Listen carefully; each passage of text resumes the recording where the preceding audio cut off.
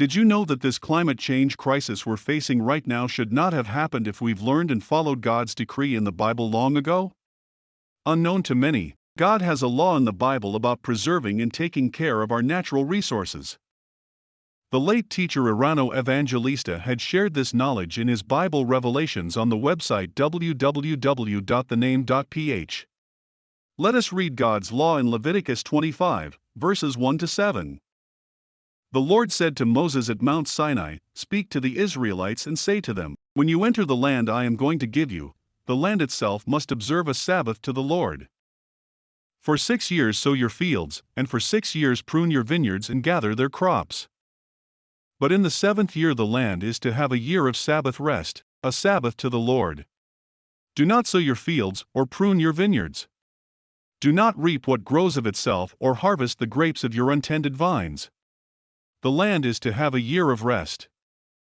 Whatever the land yields during the Sabbath year will be food for you for yourself, your male and female servants, and the hired worker and temporary resident who live among you, as well as for your livestock and the wild animals in your land. Whatever the land produces may be eaten." Leviticus 25, verses 1-7. As the passage reads, the Lord said to Moses at Mount Sinai, God spoke about this decree to Moses. We can read that just as God commanded man not to work, but only rest on the 7th day, He also commanded man not to gather crops on the 7th year, so that the land could rest and replenish itself. Here God implies that just as a man can recharge his body by resting, so does the land, which means we should not abuse our environment.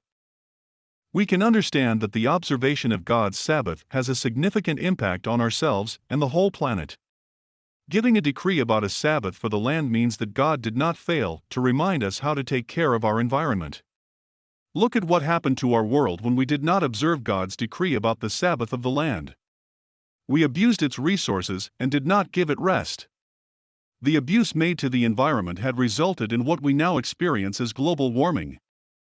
Therefore, if we are experiencing deadly storms, tsunamis, earthquakes, and many other weather disturbances that take so many lives and destroy numerous homes and livelihoods of families worldwide, we could only blame ourselves and not God.